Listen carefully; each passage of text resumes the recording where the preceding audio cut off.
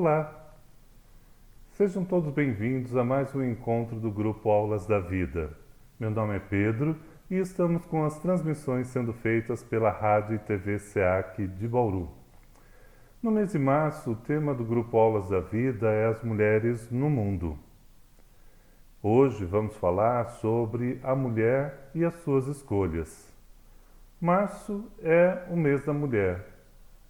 E estamos promovendo uma reflexão e uma homenagem às mulheres que buscam a igualdade em nossa sociedade. Na doutrina espírita, fica claro que homens e mulheres possuem papéis diferentes, mas ambos têm igualdade de direitos e deveres. Em nossos encontros anteriores, já vimos aqui no Grupo Aulas da Vida, um pequeno contribuição sobre o papel da mulher na família e sobre as mulheres pioneiras no Espiritismo. Essas mulheres são espíritos iluminados que não mediram esforços para trazer um pouco de luz sobre a vida espiritual. Hoje vamos abordar o planejamento para a reencarnação e as escolhas das provas e expiações que fazemos no plano espiritual. Vamos destacar também as mudanças que podemos realizar na condução das nossas vidas, já aqui encarnados, com a compreensão do uso que fazemos do nosso livre-arbítrio. Mas antes, como de costume, vamos fazer uma pequena prece, pedindo a Deus o amparo dos bons espíritos. Deus de infinito amor e bondade, pedimos as suas bênçãos para o nosso encontro de hoje, trazendo muita luz a todos que nos assistem e acompanham as nossas reuniões. Que os nossos lares possam se encher de paz e renovação. Que possamos contar com os nossos amigos benfeitores ao nosso lado, inspirando bons pensamentos e nos ajudando a compreender melhor a doutrina espírita. Que possamos ser instrumentos de fé, amor e esperança para todos que necessitam. Ampare, Senhor, a todos nós no caminho do bem. Que assim seja.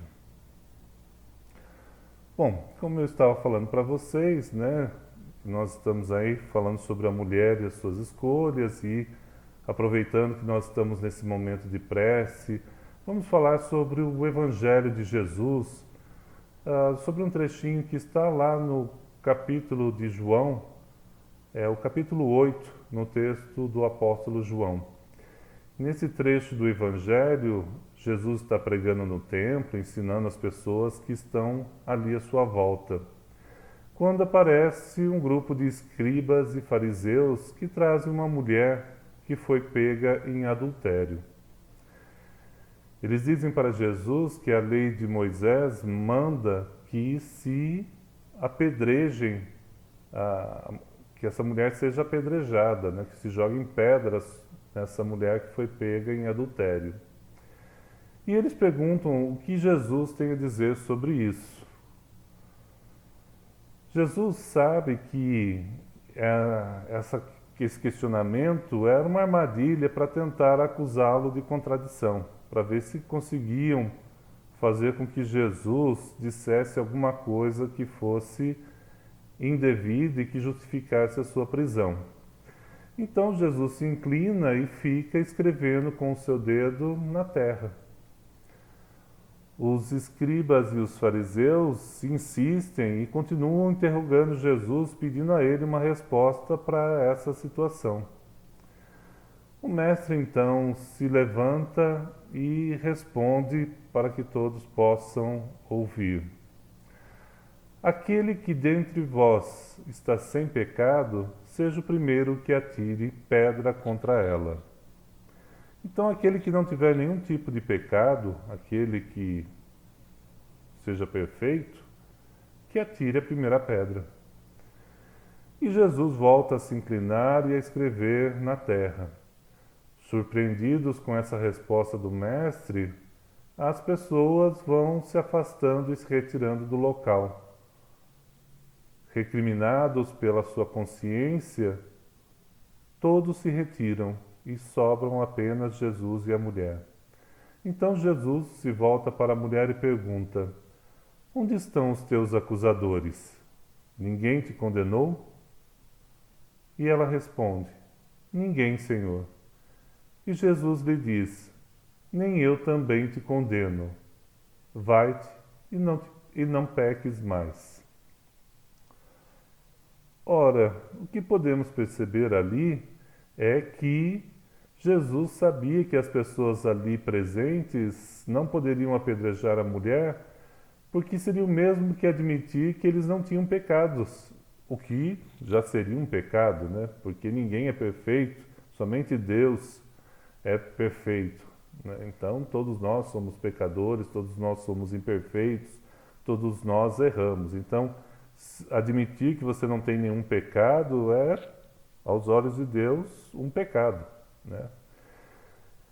Então Jesus escapa dessa armadilha e ainda nos propõe uma reflexão que pode mudar a maneira como enxergamos o nosso destino. Jesus disse à mulher: vai embora e não peques mais. O que Jesus quis dizer com isso? Ele quis dizer que nós erramos, que podemos cometer falhas, que fazemos escolhas equivocadas, mas que nós temos oportunidades durante a nossa vida de consertar os nossos erros, mudar o nosso comportamento e não errar mais. A mulher, tomando consciência do seu erro e dos desdobramentos que poderia vir a ocorrer, aprendeu uma lição, a de que podemos usar o nosso livre-arbítrio para fazer melhores escolhas.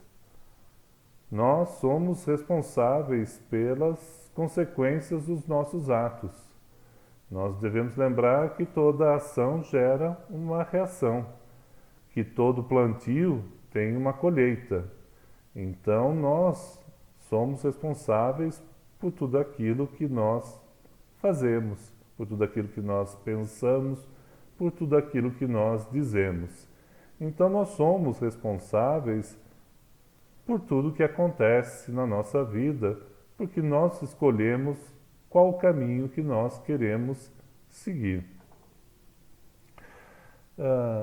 Nós temos no Livro dos Espíritos, na questão 114 e seguintes, o entendimento de que nós não somos criados por Deus nem bons e nem maus.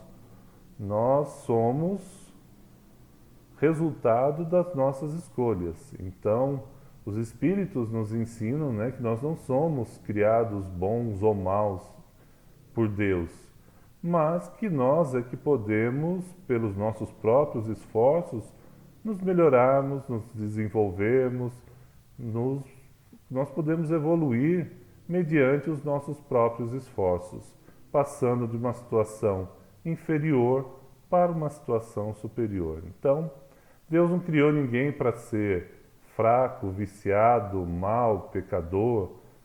Todas essas falhas todas essas imperfeições são escolhas nossas e que nos levam para diferentes caminhos. Então nós podemos escolher o caminho que leva à porta larga, onde os prazeres do mundo nos convidam às imperfeições, a viver de maneira desenfreada, ou nós podemos escolher o caminho da porta estreita, que nos pede uma conduta mais virtuosa, onde a gente desenvolva as nossas qualidades, onde a gente pratique o bem. Então nós temos escolhas e a todo momento nós somos chamados a fazer essas escolhas. Então, Deus criou cada um de nós simples e ignorante. Todos os espíritos são criados simples e ignorantes. Todos são criados exatamente iguais por Deus. O ponto de partida, então, tanto para homens quanto para mulheres, é o mesmo. Todos somos criados simples e ignorantes. Na questão 200, Kardec pergunta se os espíritos têm sexo. E os espíritos nos respondem que o corpo físico tem o sexo. Entre os espíritos a amor e simpatia baseados na identidade de sentimentos. O que isso quer dizer? Que em alguns momentos nós vamos encarnar como homens, em outros momentos nós vamos encarnar como mulheres. Então, as diferenças que existem entre homens e mulheres são do corpo físico e não do corpo espiritual. O espírito não tem sexo. Entre os espíritos há apenas o amor. É uma relação de amor, de afeto, de respeito, de simpatia, de interesses em comuns. O espírito que animou o corpo de um homem, ele pode animar o corpo de uma mulher em uma outra vida. Algumas encarnações nós iremos nascer em corpos masculinos e em outras encarnações nós vamos nascer em corpos femininos. Cada encarnação é uma oportunidade de adquirir experiência. Então, quando eu venho como homem, eu aprendo tudo aquilo que um homem pode aprender. E quando eu venho num corpo feminino, eu aprendo tudo que uma mulher aprende com essa condição. Então, para o espírito, nascer homem ou mulher é indiferente, porque são uma forma de adquirir experiência e conhecimento. Para os espíritos, encarnar é sempre um aprendizado. Se a vida ela é um aprendizado e cada um tem um ritmo de aprendizado diferente, nós podemos acelerar ou estacionar na nossa evolução. Se nós pegarmos lá a questão 117, nós vamos aprender que podemos apressar o nosso progresso para a perfeição se tivermos vontade de evoluir e se nos submetermos à vontade de Deus. Então, são duas condições: é o desejo de querer progredir, o desejo de querer aprender, o desejo de conseguir o conhecimento, de viver as experiências que temos aqui na Terra, mas também temos que lembrar que muitas situações nós somos obrigados a viver pela vontade de Deus. Então nós devemos nos submeter à vontade de Deus, porque Ele sabe o que é o melhor para o nosso aprendizado, o que é o melhor para a nossa evolução e aquilo que nós precisamos de fato vivenciar. É claro que se dependesse de cada um de nós, nós iríamos escolher o caminho mais fácil e tranquilo, sem muitas pedras e sem muitos tumultos pelo caminho. Muito provavelmente a gente iria escolher uma vida sem doenças, sem misérias, sem opressões, sem nenhum tipo de dificuldade. Mas provavelmente nós estaríamos estacionados nessa evolução. Então, muitas vezes, no nosso planejamento reencarnatório, nós escolhemos situações que são desafiadoras aqui na Terra, justamente para acelerar o nosso progresso moral e intelectual. É justamente para colocar à prova toda essa bagagem de vidas anteriores. Então, no nosso planejamento, nós fazemos escolhas. E uma dessas escolhas é vir na condição de homem ou na condição de mulher, que é uma forma de aprendizado.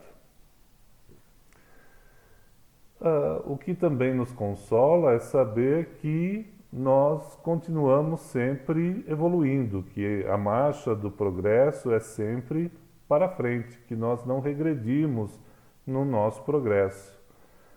Apesar de passarmos por vidas tumultuadas, com dificuldades, etc., isso sempre nos põe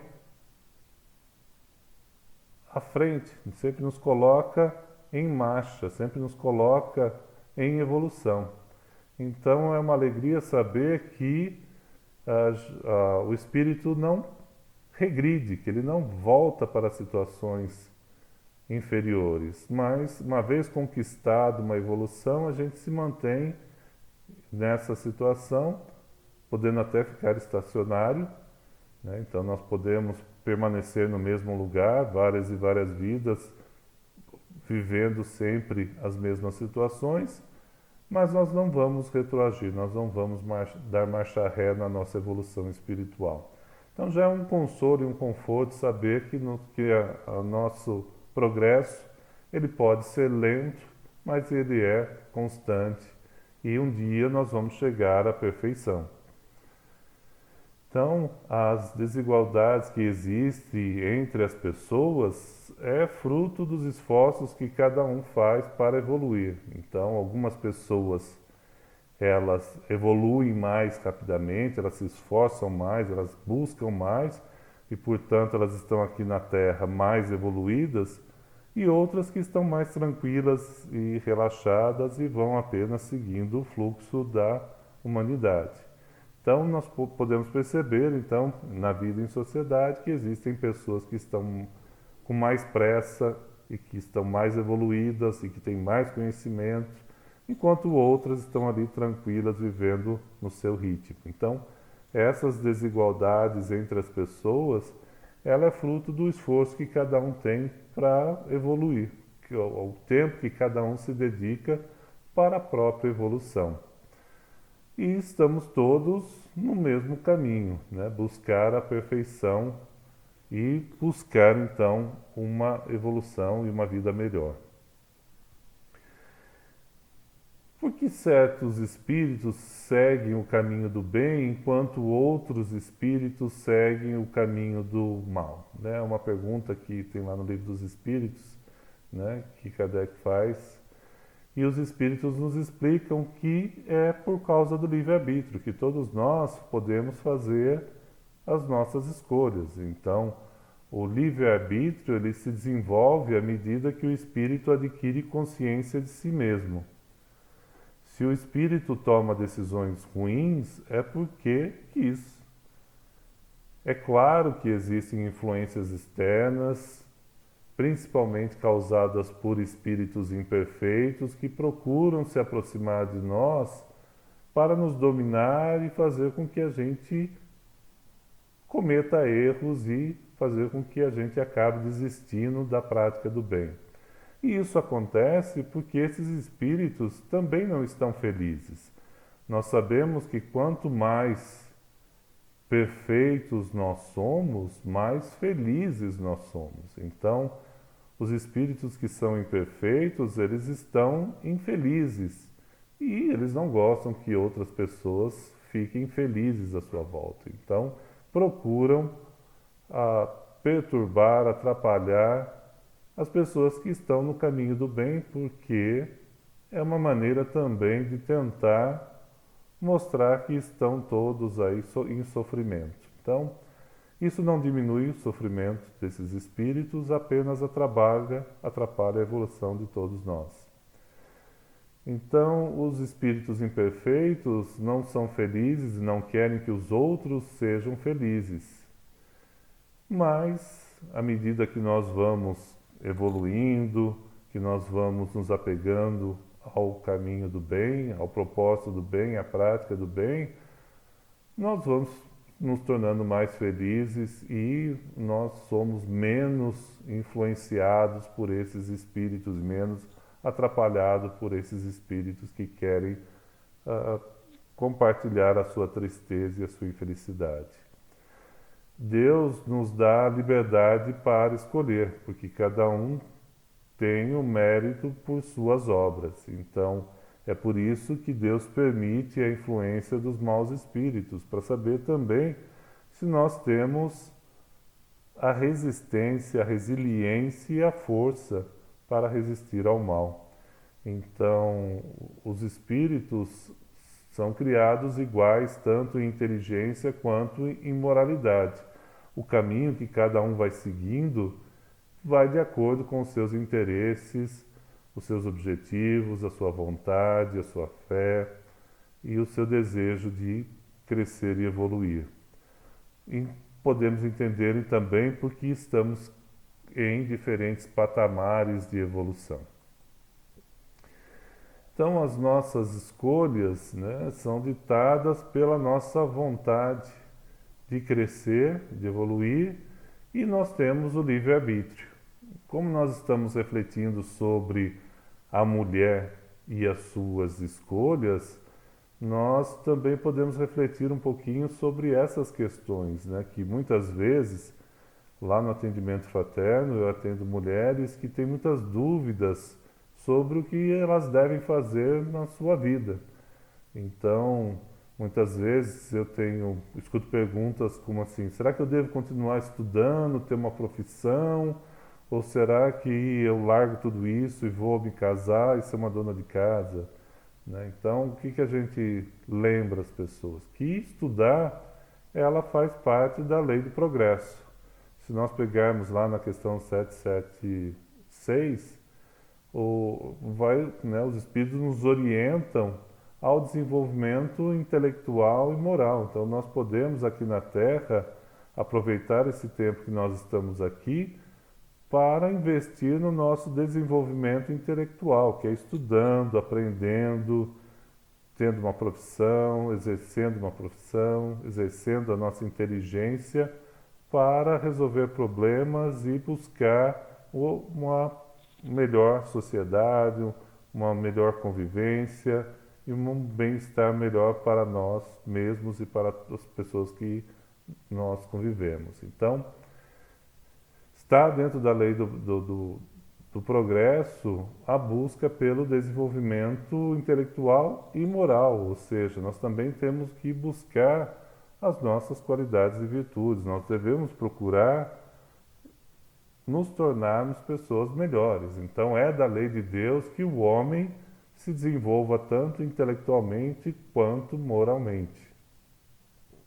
Agora, se a pessoa resolve ficar em casa e cuidar da casa, né? Tá errado? Não tá, porque cuidar da casa também é uma forma de trabalho. E, aliás, é um trabalho que é muito injusto, porque as pessoas não valorizam, não percebem a importância ou não dão nenhum tipo de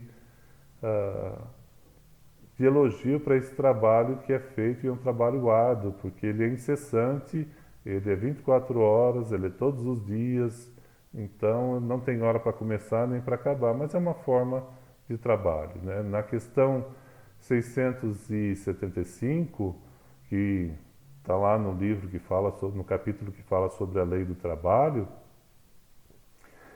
diz que toda ocupação útil é um trabalho. Então, estudar é uma ocupação útil e trabalhar em casa, cozinhar, lavar, passar, arrumar a casa é também uma ocupação útil e, portanto, um trabalho. Nós percebemos então que muitas vezes a gente não dá valor a determinadas ocupações por mero preconceito, mas que todas elas são válidas e têm importância para a nossa sociedade. Outra questão que muitas vezes eu escuto no atendimento fraterno é: será que eu devo me casar? Ou será que eu fico solteira? Será que eu devo manter esse relacionamento? Então, essas questões, elas estão lá também. Se a gente pegar o livro que fala sobre as leis morais e pegar lá a lei da reprodução, na questão 695, por exemplo, vai falar que o casamento é um progresso na marcha da humanidade. Então, se a pessoa ela deseja estabelecer uma relação afetiva com outra pessoa, isso está dentro dos planos de Deus e das leis de Deus. Então, estabelecer uma relação estabelecer uma relação de fraternidade, uma relação solidária. Então, se existe amor, se existe respeito, se existe afinidades, as pessoas elas podem e devem se casar. Então, faz parte da evolução da sociedade, inclusive, que as pessoas se casem e construam um núcleo onde as pessoas estabeleçam relações fraternas. A família é o primeiro núcleo onde as pessoas trocam experiências, trocam conhecimento, onde os pais exercem a educação sobre os filhos, promovendo as qualidades que essa criança traz e refreando os vícios e as imperfeições que essas crianças tragam na sua bagagem espiritual. Então, o papel dos pais dentro desse grupo familiar é promover o respeito, a fraternidade, a solidariedade, que deve se estender para toda a sociedade. Então, é na família que exercitamos com mais intensidade ainda todas as nossas qualidades e virtudes. Mas, muitas vezes, os relacionamentos, eles começam de uma maneira e no meio do caminho as pessoas vão tomando outras decisões, vão tomando outros rumos, têm outros interesses. E as pessoas podem se separar, podem se divorciar. Se nós consultarmos lá, né, o livro dos Espíritos, na Lei da Reprodução, ele vai dizer que sim, né, que a indissolubilidade absoluta do casamento é uma lei humana. Então foram os homens que criaram uma lei dizendo que, uma vez casado, não pode jamais se separar. Mas hoje essa lei já, pelo menos na parte civil, já está sendo modificada. Então, hoje nós entendemos que alguns relacionamentos são tóxicos e que as pessoas não devem permanecer em relacionamentos que tragam mais infelicidade, que façam mal e tragam riscos para a vida da pessoa. Então, podem se separar. Então, o que essa reflexão nos faz pensar sobre as escolhas da mulher, né? Que a mulher, tanto quanto o homem, deve refletir sobre as suas atitudes, sobre o que espera da vida, sobre as relações que estabelece com as pessoas. Então, um casamento, para dar certo, ele tem que ser fundamentado, ele deve ter como base o diálogo, a compreensão, o respeito e principalmente a afeição dos seres que se unem. Então, o casamento é uma relação entre dois seres que se unem com propósitos semelhantes, que têm o mesmo desejo, que têm as mesmas aspirações ou que buscam, né, uma vida em comum com o desejo de construir um núcleo familiar. Então, se as pessoas devem ou não se casar é uma escolha pessoal, mas elas devem pensar em tudo isso, né, na hora de estabelecer um relacionamento. Muitas vezes, principalmente casais novos, chegam lá para conversar e eles falam assim: todo mundo está pressionando para a gente ter filhos, será que a gente deve ter filhos? Está tudo tão difícil, é tudo tão caro. Às vezes o marido fala assim: minha esposa quer ter filhos, mas eu não tenho certeza. Ou o contrário, a esposa não quer ter filhos porque acha que ainda tem que se dedicar um pouco mais aos estudos e à carreira, que não é o momento. Então, às vezes, principalmente os casais mais jovens, têm dúvidas e perguntam sobre: devemos ter filhos? Ora, mais uma vez, eu falo, se a gente consultar o Livro dos Espíritos, na parte das leis morais, e nós formos lá no capítulo que fala sobre a lei da reprodução, nós vamos ver que eles têm algumas orientações, né? É claro que é uma questão muito pessoal de cada um, então cada um tem que tomar a sua decisão. Ninguém pode dizer faça ou não faça. A gente só lembra que, né, por exemplo, que quando Kardec pergunta lá na questão 694, que pensar dos usos que tem por efeito deter a reprodução, tendo em vista satisfazer a sensualidade? Então, vejam que é uma pergunta bem específica para uma situação bem específica. Então, o que pensar quando a gente está tentando impedir, né, a reprodução, mas tendo em vista o prazer? Então, se impede a reprodução apenas para ter uma vida de prazeres, né, de prazeres sexuais.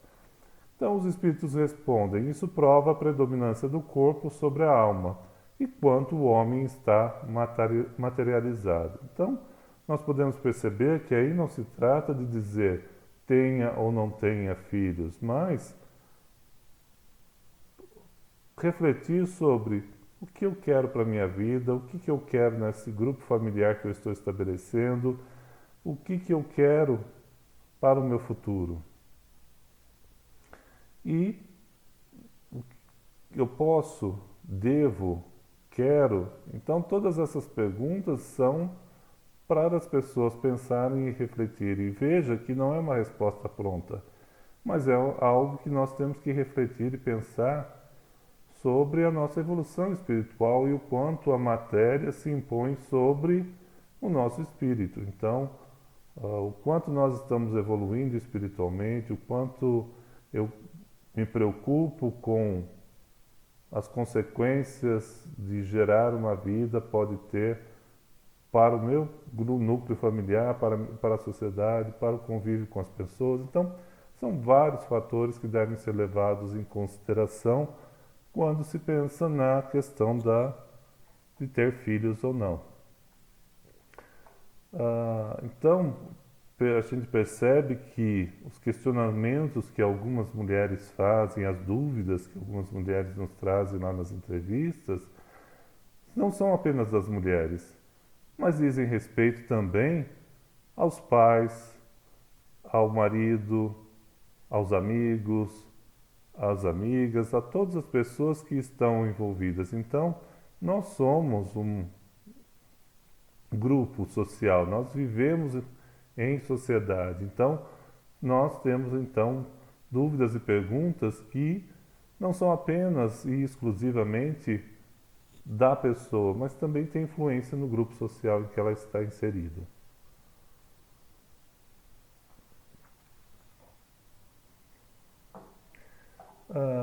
Falando ainda nessa questão das leis morais, que está no livro 3º do Livro dos Espíritos, se nós estudarmos todas as leis que tem lá, nós vamos encontrar respostas para muitas, ou melhor, para todas as nossas dúvidas. E essas respostas são válidas tanto para homens quanto para mulheres. Porque tanto os homens quanto as mulheres foram criados por Deus simples e ignorantes. Portanto, foram criados iguais. Mas aí tem uma outra pergunta, inclusive foi feita por Kardec, que é: e para Deus, homens e mulheres são iguais? Será que homens e mulheres têm os mesmos direitos e deveres? Então, lá na questão 817, o homem e a mulher são iguais e têm os mesmos direitos? E os espíritos respondem: Deus não deu a ambos a inteligência do bem e do mal e a faculdade de progredir? Ou seja, Deus não deu a ambos as mesmas condições para o progresso, para a evolução, tanto na inteligência quanto na parte moral? Então, se Deus deu a ambos as mesmas condições, é porque ambos têm os mesmos direitos e deveres. Então, nós devemos lembrar que, perante Deus, homens e mulheres devem aperfeiçoar a sua inteligência, buscar a prática do bem e progredir. Nós é que estabelecemos regras diferentes para homens e mulheres na vida em sociedade. Por exemplo, de onde que vem a crença que a mulher é inferior ao homem? Se nós formos consultar lá a questão 818, nós vamos ver que essa crença da inferioridade da mulher, ela vem da crueldade e da injustiça do homem sobre a mulher. O homem utiliza a força bruta para estabelecer regras e direitos para se colocar acima das mulheres e dos mais fracos. E os espíritos nos lembram que o mais inteligente deve ajudar o mais ignorante. O mais forte deve ajudar o mais fraco. Deus deu a uns a força para proteger o fraco e não para se servir dele. Então, quando o homem utiliza sua força bruta para se colocar em uma situação superior às demais pessoas, e principalmente em relação às mulheres, ele está fazendo mau uso dessa condição que lhe foi dada. ele está fazendo mau uso do talento que lhe foi dado. Então, muitos homens acreditam que a mulher foi criada para servir ao homem, mas servir não significa ser inferior, submissa, obedecer cegamente a todas as ordens. Não, a mulher foi criada para ajudar o homem, assim como o homem também deve ajudar a mulher. A relação entre homens e mulheres deve ser uma relação de ajuda, em que um utiliza o seu talento, aquilo que tem de melhor, para ajudar o que falta no outro. Então, se a mulher tem mais inteligência, ela usa da sua inteligência para orientar e explicar as questões para um homem mais ignorante. E se o homem for mais forte fisicamente, ele vai usar dessa força para proteger e amparar a mulher que é mais delicada. Então, nós devemos perceber que homens e mulheres têm papéis diferentes, mas esses papéis diferentes são para complementação, em que um ajuda o outro a progredir, em que um é solidário ao outro, e não para fazer o outro seu escravo. Então o erro está na interpretação que os homens deram às leis de Deus e acabam entendendo que são superiores, enquanto que os Espíritos deixam bem claros que somos todos iguais. Então a recomendação que os Espíritos nos deixam, e que Jesus também nos deixou, é que nós devemos fazer ao próximo tudo aquilo que nós gostaríamos que nos fosse feito. Então eu vou fazer para o outro tudo aquilo que eu gostaria que me fizessem. Então eu não vou maltratar porque eu não quero ser maltratado, eu não vou usar de violência física, emocional, eu não vou causar mal para o outro porque eu não quero que cause nenhum tipo de mal para mim. Então, se nós seguíssemos as orientações dos Espíritos e as orientações que o Mestre Jesus nos deu, nós promoveríamos a igualdade e a fraternidade entre homens e mulheres. A doutrina, ela nos orienta que devemos promover a igualdade de direitos entre os homens e mulheres, para termos uma sociedade mais justa, igualitária e fraterna. A emancipação da mulher segue o progresso da civilização.